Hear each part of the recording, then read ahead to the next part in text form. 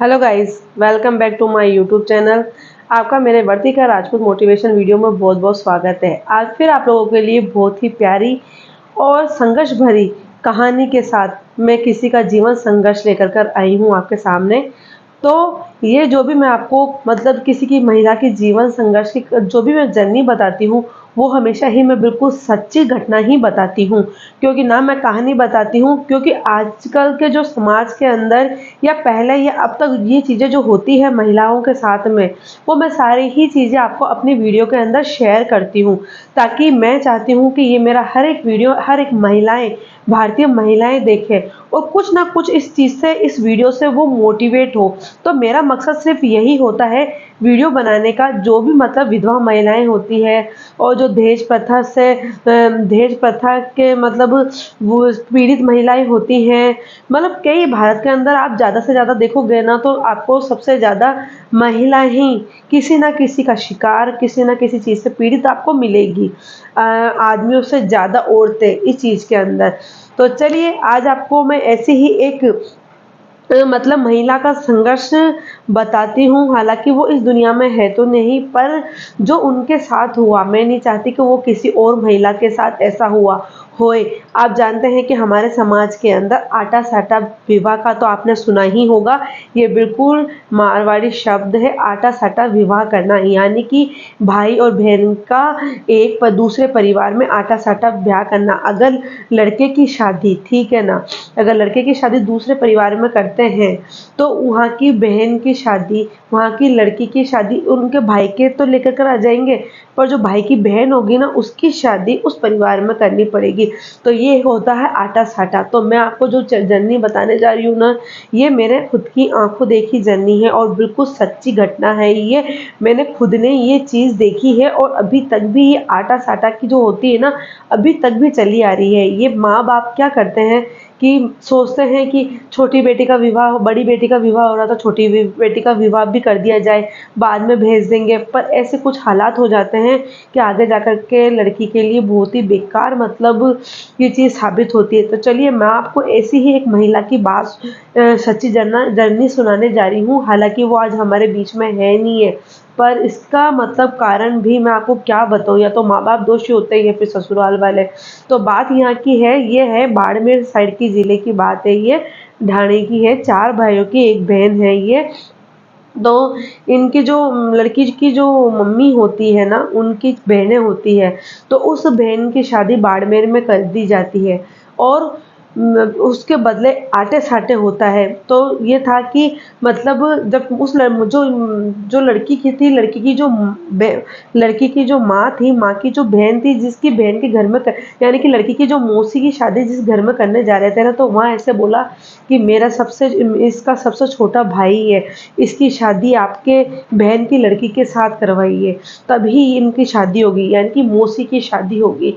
तो फिर क्या करती, मतलब इसकी जो लड़की थी, उनकी मम्मी के बहन माँ तो थी नहीं, तो फिर उसने यही सोचा कि मेरी बहन की शादी मैं वहाँ कर देती हूँ और जो उसकी छोटी बेटी थी खुद की, उनकी शादी मैं इनके सबसे छोटे देवर से कर देती हूँ। आप नहीं मानते हो, वो लड़की सिर्फ मौसी के चक्कर में, मौसी की शादी के होने के चक्कर में बहन अपनी सबसे छोटी बेटी की शादी उनके देवर के करवा देती है। और वो देवर, आप नहीं मानते हो ना, कम से कम उस लड़की से 15 साल बड़ा था। कितने साल?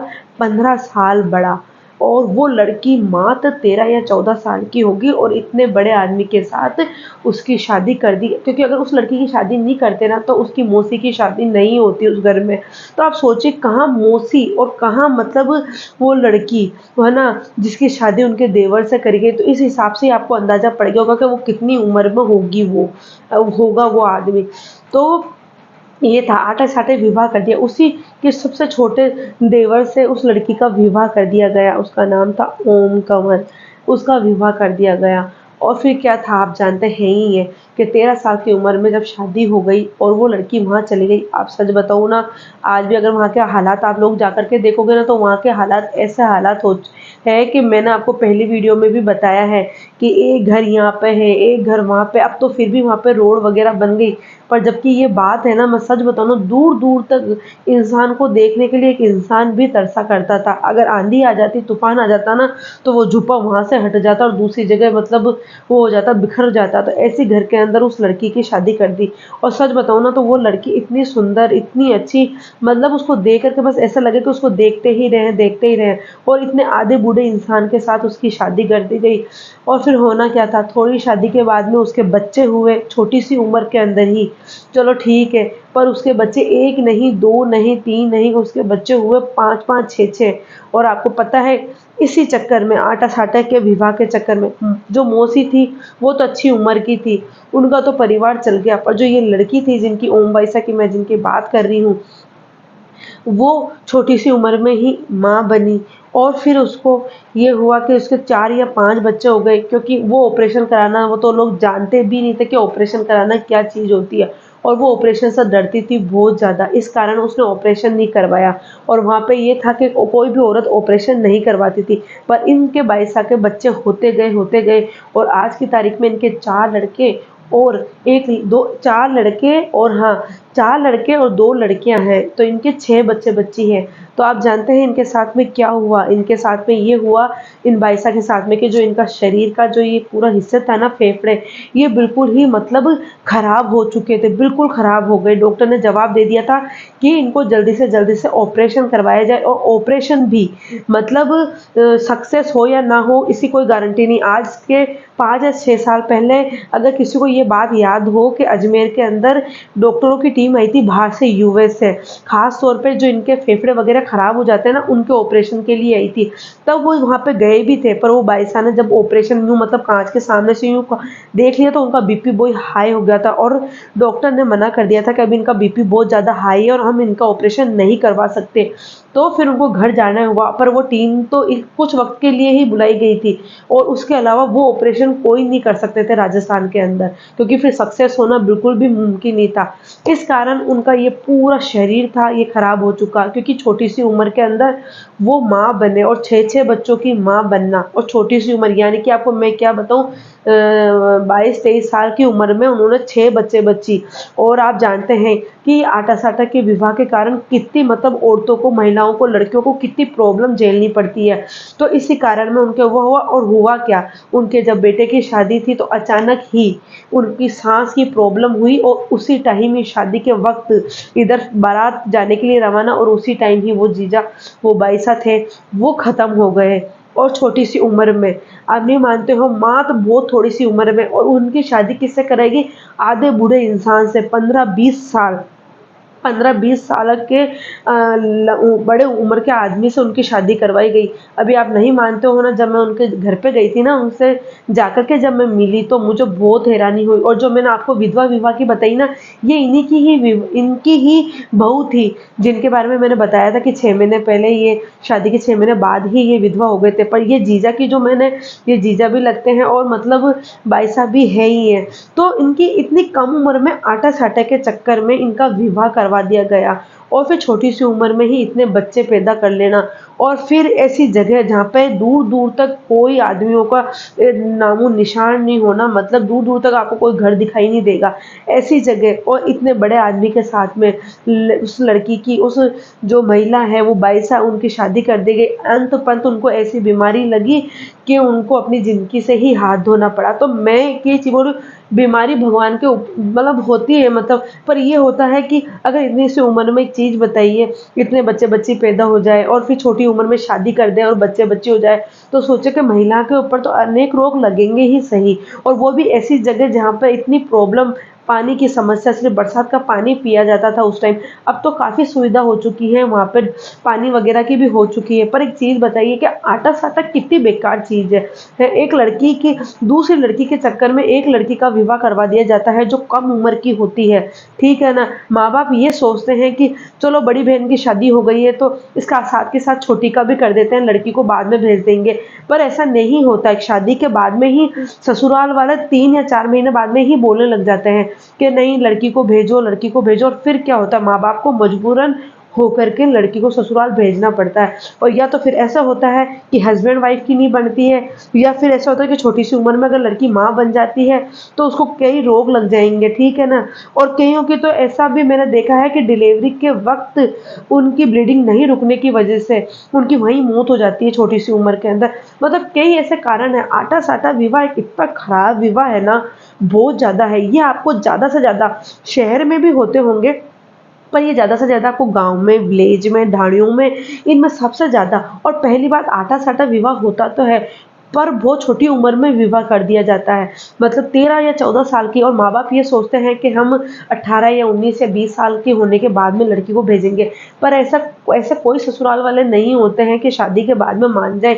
वो हाँ तो कर देते हैं पहले कि नहीं, आपकी लड़की को बाद में भेज देना। पर बहुत कम ऐसे लोग होते हैं जो नहीं मानते हैं और शादी के बाद में ही बोल देते हैं कि आप लड़की को भेज दीजिए, अब ये नहीं होगा, हमारे घर में इनकी तबीयत खराब है, यूँ खराब है। तो इस बहाने से लड़की को ससुराल जाना पड़ता है। पर उन माँ-बापों को ये नहीं समझ में आता है कि हम हमारे कारण से हमारे हमारे मतलब होती है, कई माँ-बापों की ये मजबूरी भी होती है कि आर्थिक तंगी होती है कि चलो भी, पर आर्थिक तंगी क्या एक बेटी की जान से ज़्यादा आप लोगों के लिए ज़रूरी होती है? एक चीज़ बताइए, अंत-पंत अगर बेटी को जान गँवाना पड़े, तो फिर ऐसी शादी करने का क्या मतलब है? ऐसी शादी, ऐसी चीज़ों को बंद करें। आटा-साटा विवाह एक बहुत बेकार विवाह है। अभी मतलब कल-परसों ही मैंने एक वीडियो देखी थी, एक भाई साहब की बता रहे थे, उनकी भी मैं नेक्स्ट वीडियो के अंदर डालूँगी कि उनके आटा-साटा के चक्कर में उनको मतलब विधवा की ज़िंदगी भी जीनी पड़ी, उनको कई संघर्ष भी करना पड़ा। चलो विधवा तो भाग्य के हिसाब से होता है, भाग्य में जो भगवान लिखता है वही होता है। पर उनको कितना, संगीता नाम की लड़की थी, उनको कितना संघर्ष करना पड़ा। उसका वीडियो मैं आपको सेकंड, जो मैं भी मेरी वीडियो बनाऊँगी उसके अंदर बताऊँगी। पर जो मैंने आपको ये बताई है ना, इन बाईसा की, ओम बाईसा की, ये बिल्कुल सच्ची घटना है। ये मेरी आँखों की सामने की घटना है। इनकी शादी बहुत ही कम उम्र में कर दी गई, और एक सिर्फ़ अपनी मौसी के चक्कर में इनका विवाह कर दिया गया, वो भी इतने बूढ़े आदमी से विवाह कर दिया गया। ऐसी ढाणी के अंदर इस बच्ची का विवाह कर दिया गया, और बाद में इनको इतनी बीमारी हो गई, और बीमारी का भी बिल्कुल इलाज नहीं करवाया गया सही टाइम पे, वरना शायद वो आज हमारे बीच में होती। पर उनका नहीं हुआ, और एंड वक़्त पे उनको अपनी जान गँवानी पड़ी। ना उन्होंने अपने बच्चों का विवाह देखा, उनके छोटे-छोटे बच्चे, उनकी छोटी-छोटी लड़कियाँ।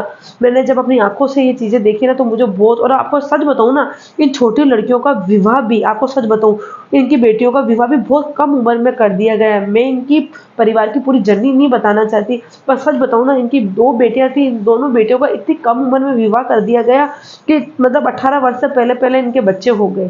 सच बताऊँ, आज भी हमारे भारत देश के अंदर ऐसी जगह हैं, हालाँकि बाल प्रथा, दहेज प्रथा, इन सब पर रोक लगा दी गई, पर आज भी वो चीज़ें होती हैं। रोक लगाने से, नियम बनाने से इनसे क्या होता है? पर आज भी हमारे शहर के अंदर ये चीज़ें होती है। आप जाकर के देख लीजिए, बिल्कुल, बिल्कुल होती है ये चीज़ें।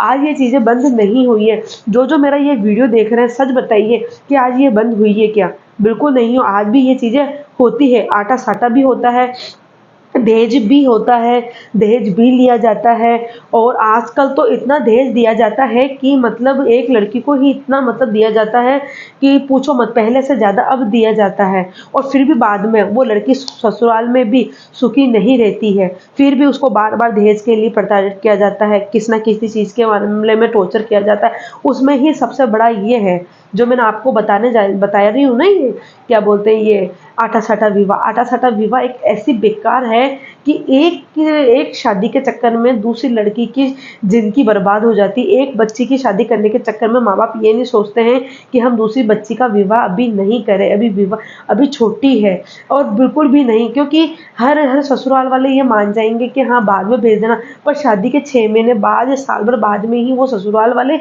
इतना टॉर्चर करेंगे कि लड़की को जाना ही पड़ेगा, और माँ-बाप मजबूर होकर के भेजेंगे सही। तो मैं ये माँ-बापों से ये बात बोलना चाहती हूँ कि क्यों आप अपनी बेटियों की ज़िंदगी खुद खराब करते हो? आप अपनी बेटियों को सपोर्ट क्यों नहीं करते हो? ये आटा-साटा के चक्कर में आप अपनी लड़कियों की ज़िंदगी बर्बाद कर देते हो। आगे जाकर के उनको कितनी सारी तकलीफ़ें झेलनी पड़ती है, कितनी सारी चीज़ों से गुज़रना पड़ता है, हर एक चीज़ है।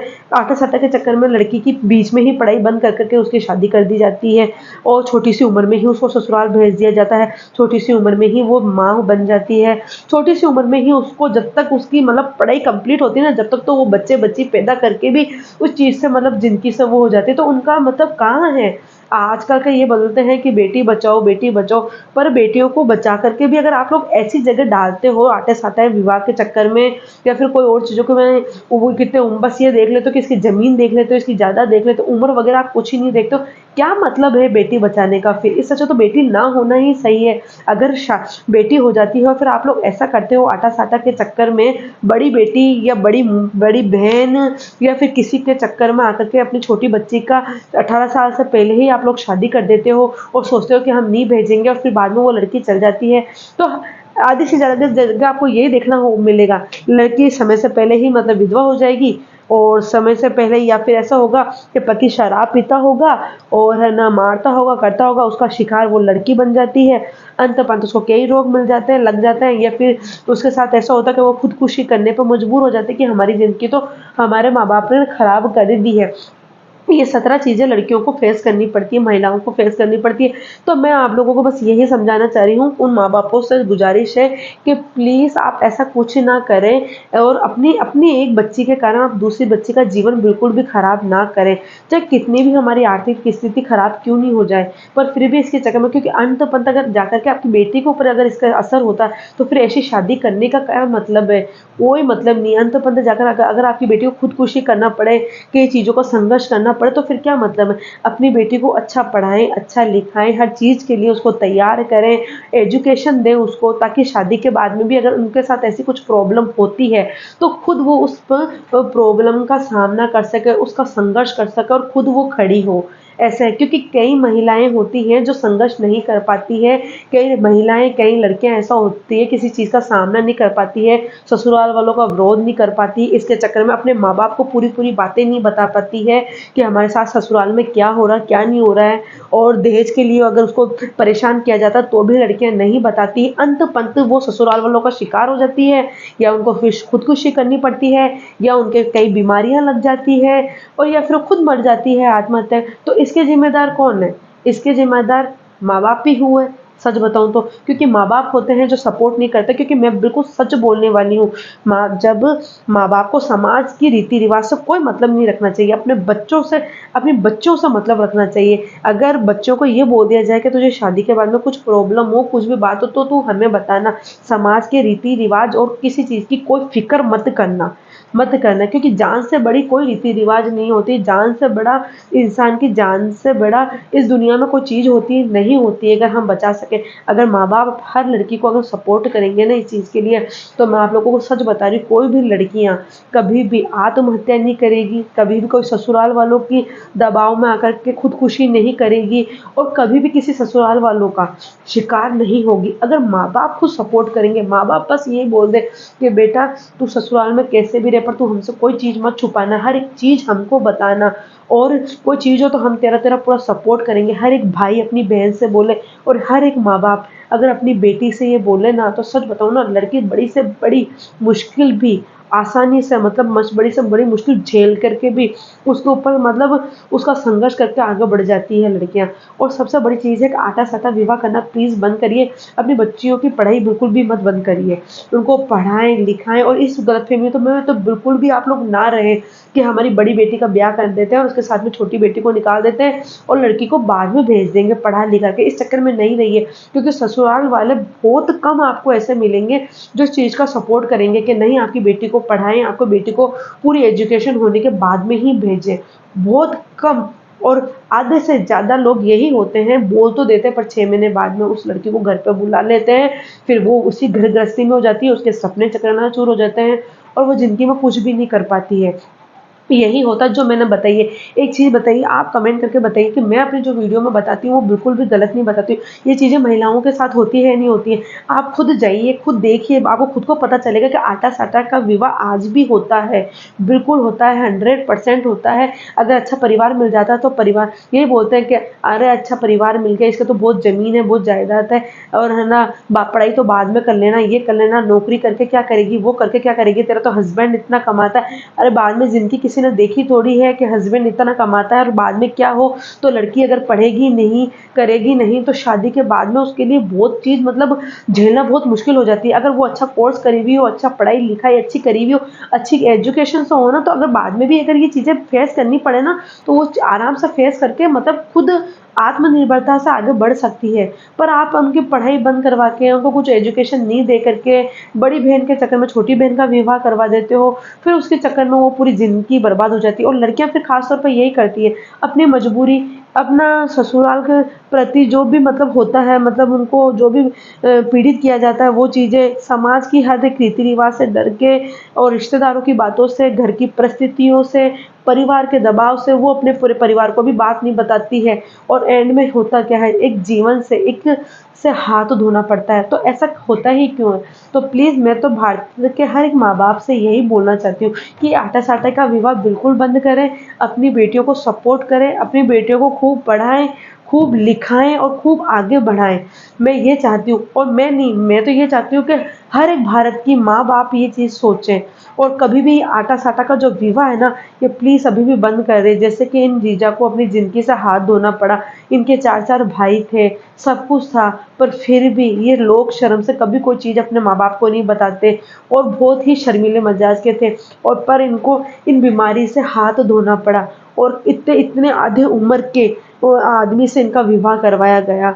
सही में मुझे आज भी इन माँ-बापों पे शर्म आती है कि क्यों अपनी कोई चीज़ के लिए, मतलब अपनी बड़ी बेटी का या अपनी बड़ी बहन का कुछ बचाने के लिए आप छोटी बहन की क्यों बलि दे देते हैं इस चक्कर में? क्यों ऐसा करते हैं? और आधी जगह ऐसी ढाणियों में तो आज भी होता है कि लड़कों की शादी नहीं होती है, जब तक उसकी छोटी बहन की शादी अगले परिवार में नहीं करा दी जाती है। ये 100% है। आज आप गाँव में जाइए, विलेजों में जाइए, सच कह रही हूँ, आज भी ये चीज़ें होती हैं। आज भी आटे-साटे की चक्कर में आकर के कई लड़के या तो डिलीवरी के टाइम मर जाएगी क्योंकि ब्लीडिंग नहीं रुकती है उनकी बिल्कुल भी, या उनको फिर कम उम्र में बच्चे होने की वजह से इतनी बीमारियां लग जाती है कि छोटी उम्र में उनकी मौत हो जाती है। फिर कई लड़कियां आत्महत्या करने पर मजबूर हो जाती है। तो मैं आप लोगों को बस यही समझाना चाह रही थी कि इन चीज़ों को बंद करवाना चाहिए और आटा-साटा का विवाह तो बिल्कुल ही बंद करना चाहिए। और ये चीज़ें माँ-बाप ही कर सकते हैं। अगर माँ-बाप ये करेंगे तभी सही है, वरना आज आप अपनी बच्ची का विवाह तो करवा दोगे इस चक्कर में आकर के, पर आपकी बच्ची को अगर अपनी ज़िंदगी से हाथ धोनी पड़ी तो ये आर्थिक तंगी जो है ना, ये तो फिर भी इससे निकल कर आ जाएँगे। पर जो आपकी बच्ची एक बार आपकी खुद की ज़िंदगी से हाथ धो लेगी ना, उसको आप वापस नहीं ला सकते हो बिल्कुल भी। आर्थिक तंगी से तो हम निकल सकते हैं, पर एक बार जिसने जान गँवा दी ना, उसको दुनिया में वापस नहीं ला सकते। ये तो हर भारतीय नागरिक जानता है। तो मैं बस, कोई ऐसा नहीं है कि मैं आपको कोई और चीज़ों की कहानी नहीं, मैं आपको बिल्कुल हर एक महिला की सच्ची जर्नी बता रही हूँ। और मैं ये इसलिए बता रही हूँ कि आए दिन कोई महिला किस चक्कर में मरती है, कोई महिला किस चक्कर में मरती है और कोई महिला किस चक्कर में मरती है। तो ऐसा होता ही क्यों है? तो सबसे बड़ा मुद्दा यही था आटे-साटे का, क्योंकि मैंने जो देखा है ना, तो मैंने सोचा सबसे पहला मेरा वीडियो इस आटे-साटे का ही बनना चाहिए, क्योंकि आटे-साटे के चक्कर में कई लड़कियों की ज़िंदगी बर्बाद होती है, कई लड़कियों को हर एक चीज़ का सामना करना पड़ता है। तो प्लीज़ ये आटे-साटे की जो है ना, इसको प्लीज़ हर एक माँ-बाप से दरख्वास्त है, चाहे विलेज हो, शहर हो, चाहे कोई सी भी जगह के हो, इन चीज़ों को प्लीज़ बंद करें, ताकि इस चक्कर में अब कोई लड़की अपना एजुकेशन, कोई अपनी पढ़ाई, इसको बीच में बिल्कुल भी ना बंद करे और पूरी पढ़ाई करे। और हाँ, अच्छे से अच्छे कोर्स करे ताकि हर एक चीज़ के लिए वो फेस कर सके। और एक हर एक भारतीय महिला से मेरी गुज़ारिश है कि कभी भी ऐसी कोई चीज़ अपने माँ-बाप से ना छुपाएँ, और मगर माँ-बाप को पूरी बात बताएँ, तो माँ-बाप को पूरा सपोर्ट अपनी बेटी को करना चाहिए, बिल्कुल करना चाहिए। तो बस आपको मैं यही अपनी वीडियो बताना चाह रही थी। आपको मेरी ये वीडियो कैसी लगी है, मुझे कमेंट ज़रूर करें। अगर किसी को अपनी जर्नी बतानी है, किसी के साथ ऐसा कुछ हुआ है, तो आप मुझे कमेंट करके ज़रूर बताएँ, तो वो मैं वीडियो बना करके अपने इस यूट्यूब पे इस वीडियो में ज़रूर डालूँगी, ताकि आपका वीडियो देख कर के और दूसरी महिलाएँ इस चीज़ से मोटिवेट हो सकें और आगे बढ़ने का एक जुनून हो उनके अंदर। तो मुझे कमेंट में ज़रूर बताएँ, किसी के साथ ऐसा कुछ हुआ है, तो मैं वो पूरा वीडियो बना करके अपने इस वीडियो के अंदर डालूँगी। तो आप बिल्कुल मुझे बताएँ ज़रूर, कमेंट करके ज़रूर बताएँ कि आपको मेरा वीडियो कैसा लगता है महिलाओं के लिए, क्योंकि ख़ास तौर पे मेरे वीडियो होते हैं महिलाओं के लिए। और वैसे मैं और भी वीडियो बनाऊँगी, ज़रूर नहीं, पर अभी तक जो ख़ास तौर पे जो चीज़ें चल रही है ना, वो महिलाओं के लिए इतनी चल रही है कि आए दिन पेपर में, वीडियो में वगैरह में सब महिलाओं के लिए ही सुना जाता है। तो ये है। तो कोई अगर आपके साथ भी ऐसी कोई चीज़ हुई है, तो आप मुझे कमेंट में ज़रूर बताएँ, मैं उसका वीडियो बना करके अपने अपने समाज के सामने ये वीडियो लेकर के आऊँगी। मैं चाहती हूँ कि भारत का हर एक देश का नागरिक ये वीडियो देखे, हर महिलाएँ देखें, हर एक वो भाई देखे, हर एक माँ-बाप देखे इस वीडियो को, ताकि वो ऐसी गलतियाँ ना करें और अपनी बहनों को, अपनी बेटियों को, अपनी बहुओं को पूरा सपोर्ट करें। कल ना जाकर के उनको कभी इन चीज़ों से, इनसे फेस ना होना पड़े। तो चलिए फिर मैं आपसे मिलती हूँ नेक्स्ट वीडियो के अंदर कुछ नई वीडियो लेकर के, जो भारतीय महिलाओं के लिए बहुत मोटिवेट रहे। तो जब तक के लिए नमस्ते, जय हिंद।